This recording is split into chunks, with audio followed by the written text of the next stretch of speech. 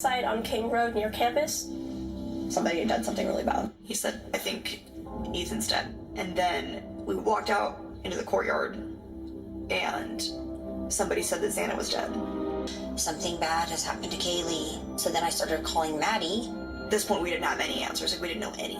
It was Sunday around We were watching football. 1-ish, and we were Like watching every football. family, or a lot of families on Sunday. And We were then watching our football. son was here. Everybody was home except for she was down at her home We in LA. gather on Sunday. And my niece called me and she was freaking out. And she said, Christy, have you talked to Kaylee? And I said, yesterday, like last night. And she said, something bad happened. And she was just bawling. And I said, well, what do you mean? What do you mean? And she said, I think Kaylee's dead.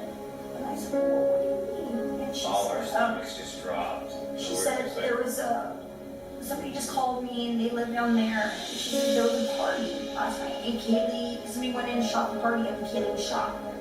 And I was like, what? And I just threw my phone. I I started screaming. I started telling everybody to call Olivia and to get all her roommates on the phone.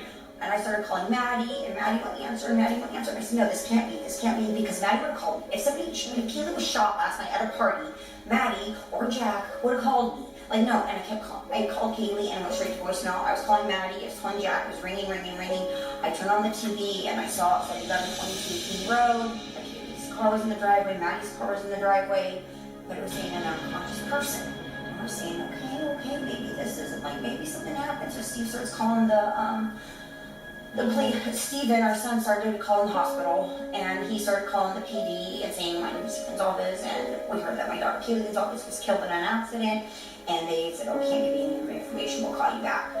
Well, next thing you know, some more phones started ringing. Our daughters that came running down, 16 and 17 years old, came and said, Mom, somebody just called me and said that Kaylee's dead. And we're like, what? Like, who was it? She's like, I don't know, it's somebody that said that they're there and Kaylee's dead. And we were like, oh my God, like, this can't be, and it's just very, very, very dramatic. These protocols have to be updated. Yeah. These protocols of somebody showing up at your door 10 hours later is ridiculous. Because we had hours of panic before the sheriff It was department. terrible. It was about 4:30, and I So you guys, they never called you. You guys found this out from family members that were in the area, and you guys didn't get notified. You actually reached out to them, and you guys still didn't get notified he for called me about hours. calling him twice. I get it. And I Their said, protocols are all about, like, maybe they'll commit suicide or something, but they have to be updated because The sheriff. social media moves so fast, so quick.